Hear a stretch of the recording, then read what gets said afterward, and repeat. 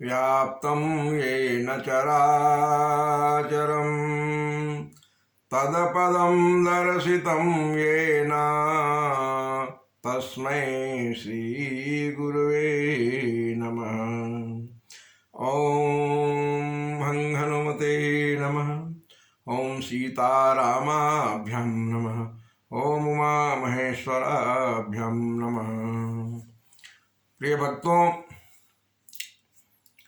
आज कई दिन के बाद मैं मानस प्रवचन उत्तरकांड के चौथे प्रकरण के साथ उपस्थित हुआ हूँ।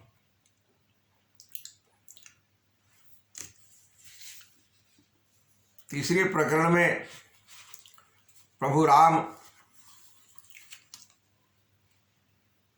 के लंका विजय के बाद अयोध्या लौट आने तक की कथा हुई थी।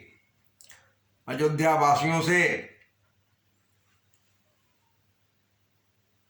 अनेक रूपों में क्षण भर मिलकर अपनी माताओं से मिलने के लिए प्रभु महल में प्रवेश करते हैं।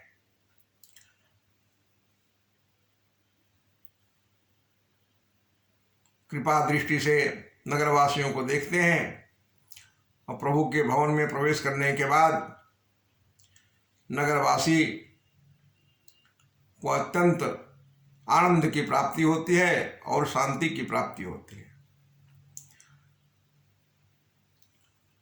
अवधपुर में हम देख चुके हैं कैसे घर घर कलश सज रहे हैं, ध्वजाएं लहरा रही है, चौक पूरे जा रहे हैं,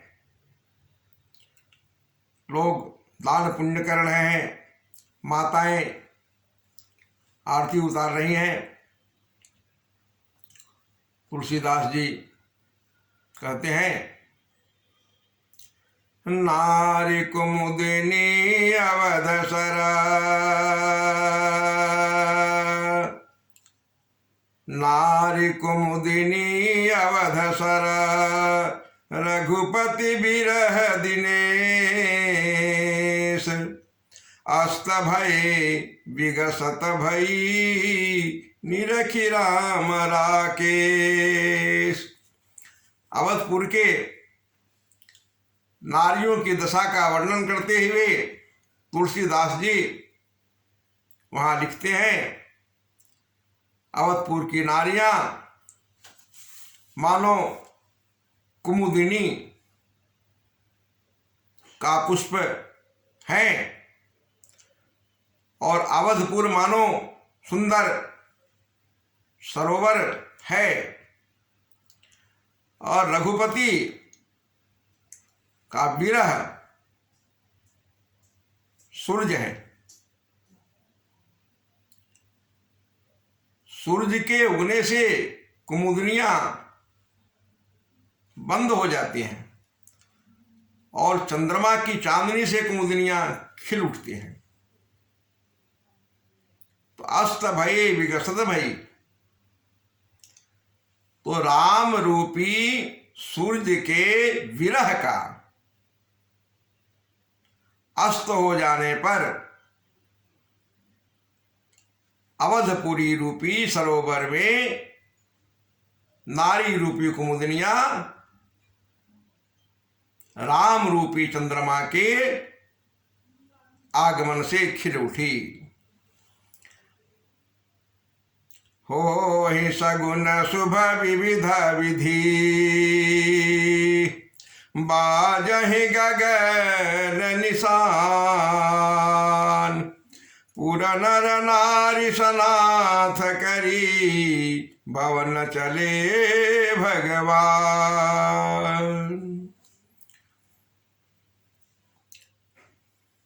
सभी तरफ सगुन ही सगुन हो रहे हैं। आकाश में देव दुंदुभियां बज रही हैं। अवधपुर के नारी और नर अपने को सनाथ पाकर बहुत ही प्रसन्न हैं। प्रभु राम सबको सनाथ कर अपने भवन में प्रवेश करते हैं। तो विचार कीजिए कि प्रभु राम सबसे पहले किसके भवन में जाते हैं? 3 माताएं हैं, कौशल्या, कैकेयी और सुमित्रा। हम सबको विदित है कैकेयी के वचन के कारण ही राम को 14 वर्ष अयोध्या जाना पड़ा। कैकेयी को कलंक लगा था। बाद में कैकेयी को बड़ा पश्चाताप हुआ। तो प्रभु राम, बड़ों का क्या बड़प्पन है, सीखिए। प्रभु जानी कैकेयी लजानी, प्रथमता सुगृह गए भवानी। भगवान भोलेनाथ माता पार्वती को यह प्रसंग सुना रहे हैं। क्या कर रहे हैं? प्रभु जानी कैकेयी लजानी। प्रभु को अपने भवन की ओर आते हुए समझकर माता कैकेयी लजाती हैं। माता पुत्र से लजा रही है। क्यों? उन्हें स्मरण आ रहा है कि मेरे ही कारण राम को 14 वर्ष वनवास का दुख झेलना पड़ा। लेकिन प्रभु राम क्या करते हैं? प्रथमता सुगृह गए भवानी। ये भवानी, प्रभु राम सबसे पहले कैकेयी के गृह में पधारते हैं। ताहि प्रबोधि बहुत सुख दिन्हा, पुनि निज भवन गवन हरि किन्हा। पहले माता कैकेयी के कक्ष में प्रवेश करते हैं, उनका अभिवादन करते हैं और उन्हें बहुत प्रकार से समझाकर उनकी दुविधाओं, उनकी शंकाओं को मिटाकर, उनके कलंक को मिटाकर उन्हें सुख प्रदान करते हैं और फिर वहां से निकलकर अपने कक्ष में जाते हैं। कृपा सिंधु जब मंदिर गए, पूरा नर नारी सुखी सब भय। इधर प्रभु राम जब महल में प्रवेश किए तो अयोध्यापुरी के नर नारी सभी अत्यंत सुख का अनुभव करने लगे। अब बारी आ जाती है राम के राज्याभिषेक की। जो राज्याभिषेक होते होते रह गया था और प्रभु को पिता दीन मोहि कानन राजू, वनवास हो गया और प्रभु राम प्रसन्नता पूर्वक उसे स्वीकार कर कहा, पिता दीन मोहि कानन राजू, पिता ने मुझे जंगल का राज दिया। कह के प्रभु राम माता जानकी और भैया लक्ष्मण के साथ चले गए थे। आज वह अवसर 14 वर्षों के बाद फिर आ पहुंचा है, जब राज्याभिषेक होना है। तो देखिए, गुरु वशिष्ठ अब तक संभाले हुए थे शत्रुघ्न जी के साथ राजपाट। अब भरत जी तो तपस्या कर रहे थे, प्रभु के नाम से ही राज्य की रक्षा हो जाएगी, ऐसा विश्वास था उन्हें। तो गुरु वशिष्ठ क्या करते हैं? गुरु वशिष्ठ द्विज लिए बुलाई, आज सुघरी सुदिन समुदायी, सब द्विज देहु हरषि अनुशासन, रामचंद्र बैठहि सिंहासन। गुरु वशिष्ठ ब्राह्मणों को बुलाते हैं और कहते हैं, आज वह सुदिन और शुभ घड़ी आ गई है जब राम का राज्याभिषेक होगा। सभी ब्राह्मण मिलकर उन्हें अनुशासन दीजिए, अनुशासित कीजिए, शिक्षा दीजिए, राज्याभिषेक की। रामचंद्र बैठे सिंहासन, रामचंद्र सिंहासन पर आरूढ़ होंगे आज। मुनि वशिष्ठ के वचन सुहाए, सुनत सकल भी प्रणयति भाए। मुनि वशिष्ठ की बात सुनकर सभी ब्राह्मणों को बड़ा ही अच्छा लगा। कहीं वचन मृदु विप्रयने का, जगय अभिराम राम अभिषेका। अब मुनिवर विलंब नहीं कीजय, महाराज कहाँ तिलक करीजय। ब्राह्मणों ने गुरु वशिष्ठ के आदेश का अनुमोदन किया और उन्होंने कहा मधुर वचन से, जग अभिराम राम अभिषेका। संसार में यह सबसे सुंदर कार्य होने जा रहा है, ये प्रभु राम का राज्याभिषेक होने जा रहा है। इसलिए हे मुनिवर, अब विलंब करने का कोई काम नहीं है। महाराज रामचंद्र का तिलक शीघ्र संपन्न किया जाए। तब मुनि कहे वो सुमंत्र सना, सुनत चले हर साई। रथ अनेक बहु बाजी गजा, तुरत सवारे जाई। जहाँ तहाँ धावन पठई पुनि, मंगल द्रव्य मंगाई। हर्ष समेत वशिष्ठ पद, पुनि सिरुनाय उयाई। गुरु वशिष्ठ ने महामंत्री सुमंत को तुरंत आदेश किया कि अनेक रथ और घोड़ों को, हाथियों को तुरंत तैयार किया जाए और अभिषेक के लिए जो आवश्यक सामग्रियां होती हैं, मंगल द्रव्य होते हैं, उन्हें एकत्र किया जाए। सुमंत जी तुरंत आदेश का पालन करते हैं और दूतों को एक एक वस्तुओं के लिए एक एक दूतों को भेजते हैं और वे पुनः आकर गुरु वशिष्ठ के चरण में सिर झुकाते हैं कि सारे मंगल द्रव्य लाने के लिए लोग चले गए हैं, कुछ ही देर में सारा कुछ पहुंच जाएगा। बोलिए सियावर रामचंद्र की जय। अब देखिए, राज्याभिषेक का समाचार सुनकर अवधपुर में क्या कुछ होता है। अवधपुरी अति रुचिर बनाई, देवन सुमन वृष्टि झरिलाई।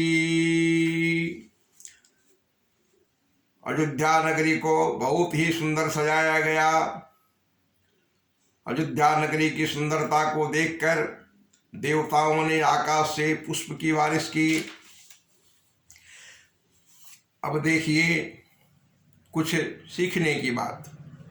बड़े लोगों की बड़ी बातें, बड़े कौन होते हैं और कैसे होते हैं, आप देखेंगे।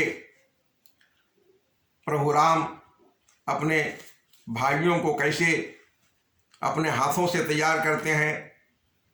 उससे पहले अपने वानर आदि जो सेवक उनके साथ आए हैं, सुग्रीव आदि, विभीषण आदि, पहले उन्हें तैयार करवाते हैं, फिर बाद में खुद तैयार होते हैं। तो यह प्रसंग है, यह देवताओं की वृत्ति है। बड़े लोगों की वृत्ति है कि पहले वो छोटे से सेवा शुरू करते हैं, अंत में अपनी सेवा लेते हैं और सबको तैयार करके तो खुद तैयार होते हैं। तो ये तैयारी कैसे होती है अभिषेक की, देखिए। बोलिए सियावर रामचंद्र की जय।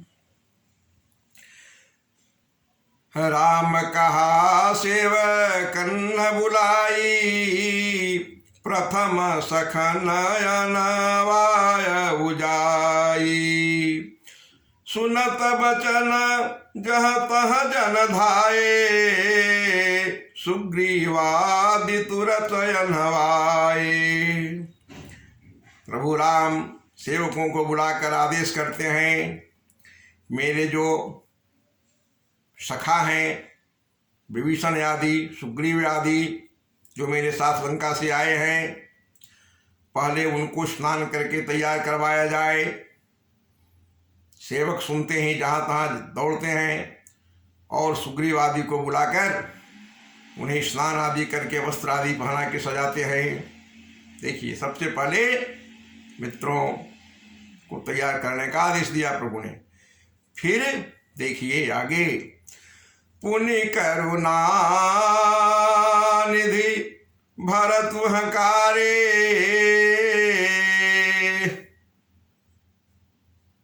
फिर भरत जी को बुलाते हैं, जिनका जटाजूट बढ़ गया है, 14 वर्षों से मोच दाढ़ी जटाएं नहीं बनाई, सुंदर वस्त्र नहीं धारण किए, श्रृंगवेरपुर में तपस्या करते रह गए। उन भाई भरत को बुलाते हैं।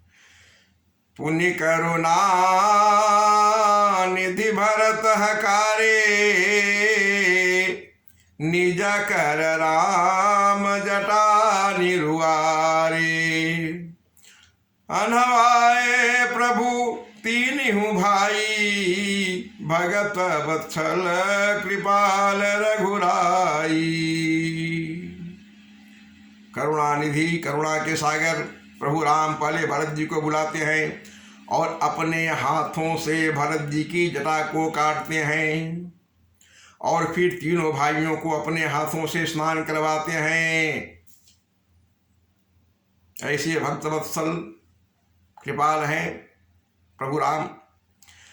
भरत भाग्य प्रभु कोमलताई, शेष कोटि सत सकहि न गाई।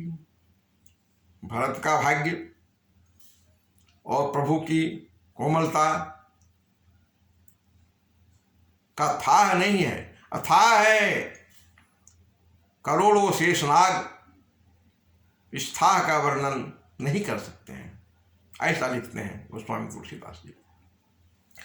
पुनि निज जटा राम बिबराए, गुरु अनुशासन मांगी नहाए। फिर प्रभु राम ने अपने जटा को हटाया और गुरु का अनुशासन मांग के तब स्वयं स्नान करते हैं। सबसे अंत में, करिमज्जन प्रभु भूषण साजे, अंगयनंग देखी सतलाजे। स्नान करके प्रभु वस्त्रादि भूषण धारण करते हैं और तब उस समय प्रभु राम की शोभा अंगयनंग देखी सतलाजे, सैकड़ों कामदेव उनकी शोभा को देखकर मानो लज्जित हो रहे हों। सासुन सादर जान के, मज्जन तुरत कराय, दिव्य वसन वर भूषण अंग अंग सजे बनाए। और वहां देखिए सीता जी की तैयारी, तीनों सास मिलकर आदर पूर्वक जानकी को स्नान करवाते हैं और दिव्य वस्त्र आभूषण उन्हें पहनाते हैं। राम वाम दिशि शोभती, रमा रूप गुण खान, देखी मातु सब हरसी, जन्म सुफल निज जान। और दिव्य स्वरूप में वह प्रभु राम और उनके वाम भाग में माता सीता आसन पर सुशोभित होती हैं। देखु मातु सब हरसी, जन्म सुफल निज जान। माताएं अपने जन्म को सफल मानकर अत्यंत आनंदित होते हैं। सुनु खगेश तेहि अवसर ब्रह्मा शिव मुनि वृंद चढ़ी विमान आए सब सुर देखन सुख कंद। इस दृश्य को देखने के लिए काकभुसुंडी जी महाराज गरुड़ जी महाराज को कथा सुना रहे हैं।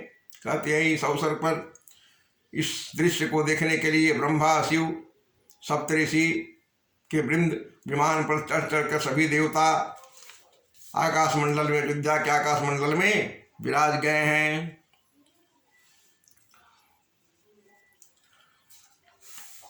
अब इसके आगे की कथा 5वें प्रकरण में प्रस्तुत होगा। इस ऑनलाइन प्रवचन